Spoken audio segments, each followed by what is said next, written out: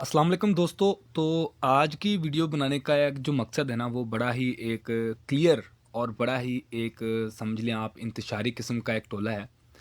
और उसके ऊपर मैं आज की एक वीडियो बना रहा हूँ ताकि आप दोस्तों को मैं बता सकूं कि आपने इस शर से कैसे बचना है, आपने इस इंतशार से और इस गंदी मेंटालिटी से, इस गंदी जहनीत से आपने कैसे बचना है।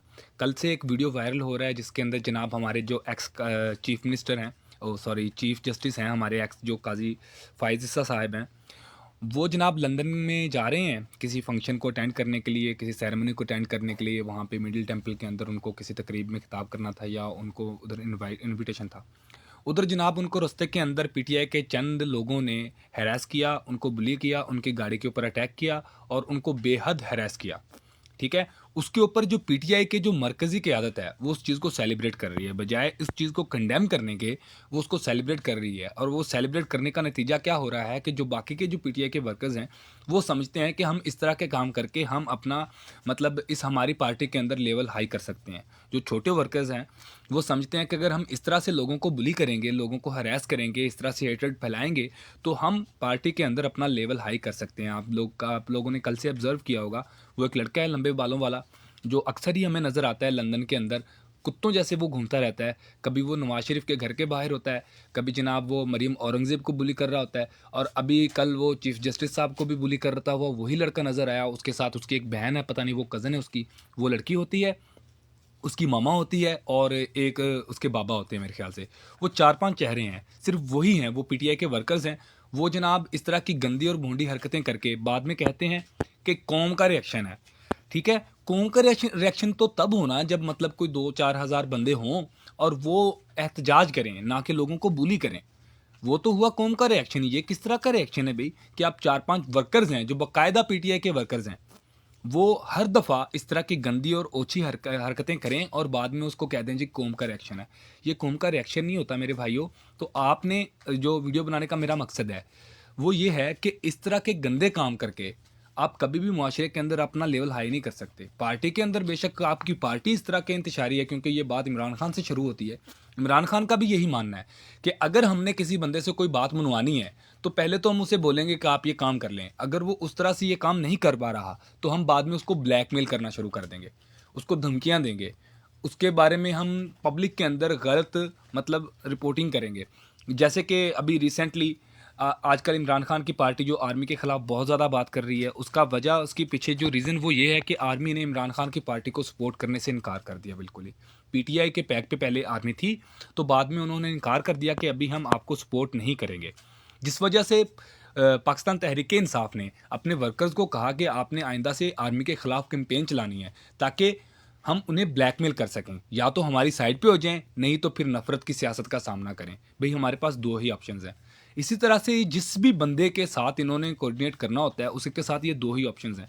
या तो वो इनके साथ हो जाए, नहीं तो फिर इनकी नफ़रत का सामना करें। जैसे कि आर्मी का भी आप एक मिसाल ले लें। आर्मी जब तक इनके साथ रही तो तब तक तो ये बाजवा को कहते रहे कि बाजवा कौम के बाप की जैसा है, और जब इनके खिलाफ हुए तो बाजवा सबसे बड़ा गद्दार हो गया। ऐसे ही जब चीफ जस्टिस काजी फायज ईसा ने एक दो इनके हक के अंदर फैसले दिए तो वाह काजी के नारे लगाए, और जब इनके खिलाफ फैसले आए तो फिर आज ये हो रहा है। ऐसे ही जनाब मौलाना फजलुर रहमान जब इनके खिलाफ था तो उसको डीजल डीजल डीजल कहते थे, और जब इनके साथ मिल गया तब वो मौलाना फजलुर रहमान एक जो अमन की अलामत बन गया। ऐसे ही जो परवेज़ इलाही साहब हैं, जब तक इनके साथ नहीं थे तो वो मुल्क के सबसे बड़े डाकू थे, और जब इनके साथ मिल गए तो वो धुल के पाक साफ हो गए। इस तरह की बेशुमार मिसालें हैं। अच्छा, शेख रशीद साहब जो थे वो मतलब चपरासी का खिताब दिया हुआ था खान साहब ने उनको, और जब वो इनके साथ मिल गए तब वो बड़े ही पाक साफ हो गए। तो इस तरह की बेशुमार मिसालें हैं मेरे भाइयों। आपने इन 2 चीज़ों को समझना है कि पीटीआई वाले जो लोग हैं, वो अपना काम निकलवाने के लिए ये हेट्रेड जो ये नफ़रत की सियासत वो यही करते हैं, या तो बंदा इनके साथ मिल जाए या फिर इनकी गालियों का सामना करे। ये 2 ही तरीके हैं। अगर मतलब कोई भी एक जो इज़्ज़तदार आदमी है, वो गालियाँ तो नहीं सुनना चाहेगा, ठीक है? तो फिर वो ब्लैकमेल होकर ज़ाहिर है। जैसे कि जनाब बहुत सारे लोगों को इस तरह से इन्होंने ब्लैकमेल किया है और अपने काम निकलवाए हैं। बहुत से लोग हैं जो इनसे डर जाते हैं इनकी इनकी इन गंदी हरकतों से। लेकिन कुछ लोग होते हैं जैसे कि काज़ी फ़ाइज़ ईसा साहब को मैं सलाम पेश करता हूँ कि वो इनकी इस गंदी सियासत से घबराए नहीं। उन्होंने डट के सामना किया और माशाल्लाह से आज अल्लाह ताला ने उनको सुरखरू किया है। ठीक है, वो आज पूरी दुनिया उनको मान रही है चीफ जस्टिस काजी फाजिल ईसा को, और ये चंद एक 4-5 पीटीआई के जो लोग हैं, जो इंतशारी टोला है, वो इनको ना माने तो क्या ही फ़र्क पड़ता है। और ये 4-5 लोग मिलके उनको बुली करेंगे तो इंशाल्लाह ताला वो तो वक्त उनको सबक देगा, ज़रूर देगा। जिन लोगों ने भी कोई अपनी ज़िंदगी के अंदर बुरा काम किया होता है, उनको इस उम्र के अंदर ही उसका नतीजा मिल जाता है। जिन लोगों ने काजी साहब के साथ ये घटिया हरकत की है, इस चीज़ का जवाब उनको मिल जाएगा वक्त के साथ रहते। लेकिन काजी साहब का मर्तबा और भी बुलंद हो गया जब पता चला पूरी कौम को कि काजी साहब ने सिक्योरिटी लेने से इनकार कर दिया। उन्होंने कहा कि मुझे सिक्योरिटी नहीं चाहिए क्योंकि मैं जो कोई हुकूमती दौरे पे नहीं आया हूँ, मेरा ये पर्सनल दौरा है, तो मैं सिक्योरिटी नहीं लूँगा, मैं प्रोटोकॉल नहीं लूँगा। तो काजी साहब ने प्रोटोकॉल लेने से इनकार कर दिया। ये बात कौम को पता चली इस इंतशार के चलते। अगर ये इंतशार ना होता तो काजी साहब का ये माशाल्लाह से ये हसीन चेहरा किसी को नज़र नहीं आता। तो काजी साहब का लेवल तो और भी ज़्यादा हाई हो गया है। और ये जो लोग इस तरह की गंदी हरकतें कर रहे हैं, ये अपने ख़ानदानों को बदनाम कर रहे हैं, अपने वालदैन की तरबियत को बदनाम कर रहे हैं, अपने बहन भाइयों के लिए मुसीबतें इकट्ठी कर रहे हैं। वो अपने कब्र के लिए अज़ाब पैदा कर रहे हैं।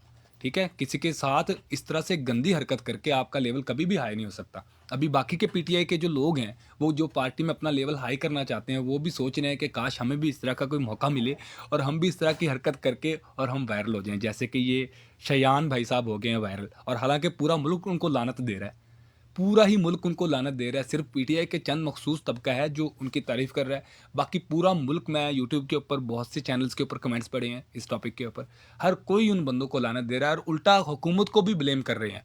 लोग कह रहे हैं कि ये हुकूमत नालायक हुकूमत है जो 4-5 लोगों को संभाल नहीं पा रही। ठीक है, 4-5 यूथियों को ये हुकूमत कंट्रोल नहीं कर पा रही, तो ये हुकूमत बहुत नालायक है। हालांकि हुकूमत इस मामले से दूर रहना चाहती है क्योंकि ये एक सियासी मामला जो बन गया है। तो अगर ये कोई मतलब सिविल मामला होता तो मे बी शायद हुकूमत इसके ऊपर अपना रद्द-ए-अमल देती, लेकिन हुकूमत इस मामले से पीछे हट रही है क्योंकि ये एक सियासी मामला है।